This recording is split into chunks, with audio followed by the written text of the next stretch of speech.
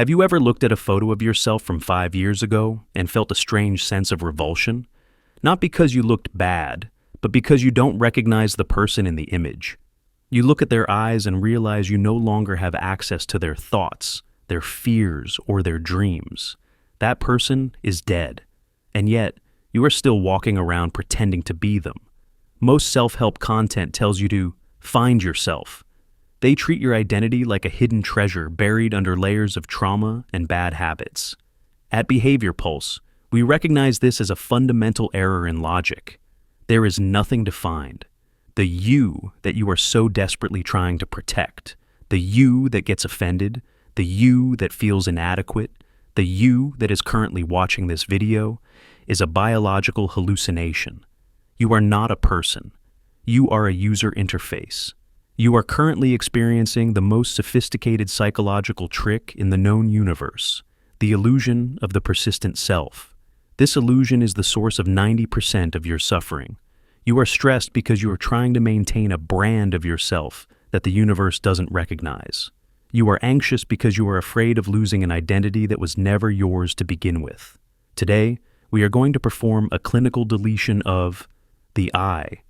I'm going to show you how your brain builds the lie of your personality, why your ego is a biological parasite draining your energy, and how to finally stop performing and start operating.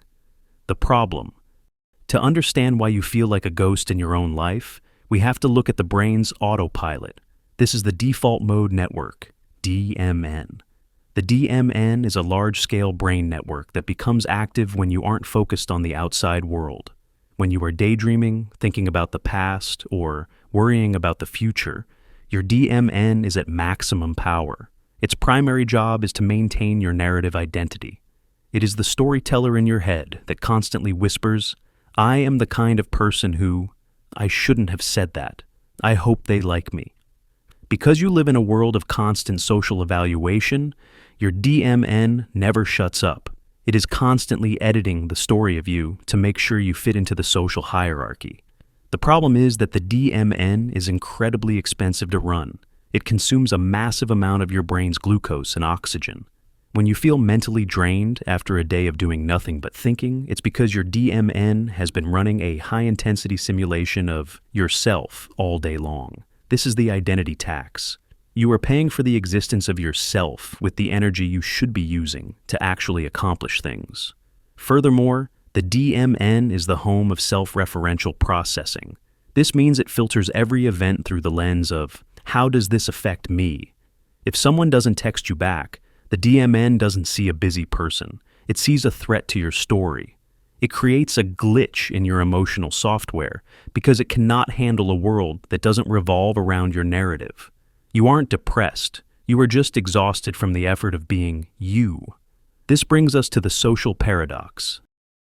Since you believe you are a person with a personality, you feel a biological requirement to perform that personality for others. We return to the mirror neuron system. As we've discussed, these neurons allow you to sync with others. But in a hyper-digital world, you aren't syncing with humans. You are syncing with expectations. When you are in a social setting, whether it's a physical room in New York or a group chat, you are running a background program called social monitoring. You are checking your mask every few seconds. Am I acting the way people expect me to act? Am I staying in character? This is the source of your social dissociation. Have you ever been at a party, laughing at a joke, and suddenly felt like you were watching yourself from the ceiling? That is your brain realizing the performance is fake. It is a signal error between your internal biological reality and the external character you are playing. Men often perform competence or indifference, while women often perform agreeableness or perfected vulnerability. Both are masks. Both require an enormous amount of anterior cingulate cortex, ACC energy to maintain. The more you perform, the less you exist. You are trading your actual biological agency for a social credit score that only exists in the minds of people who are also just performing their own masks.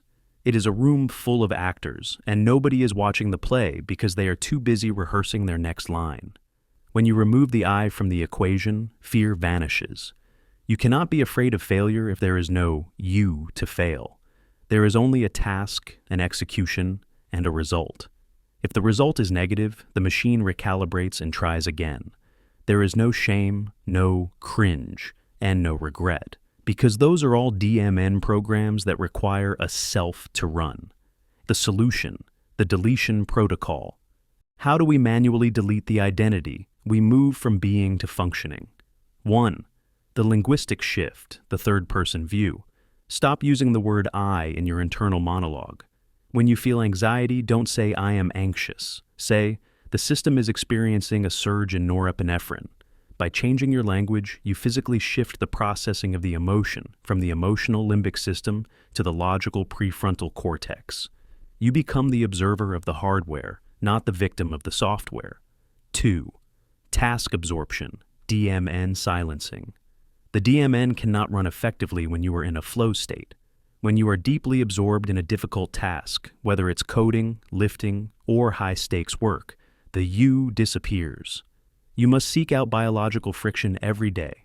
Use the 3-2-1 kill switch to launch into a task before your DMN has time to tell you a story about why you can't do it.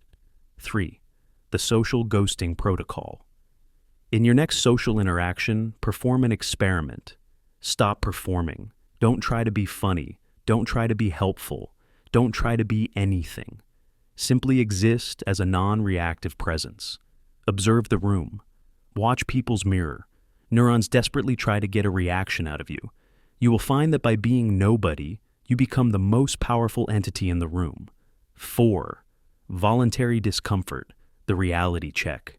Your identity is built on comfort. It loves to be safe and known. Every day, do one thing that is out of character. If you are the quiet one, speak up. If you are the ambitious one, be still.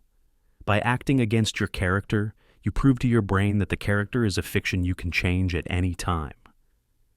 The person you were at the beginning of this video is gone. Thousands of your cells have died and been replaced since I started speaking. Your neural connections have already shifted.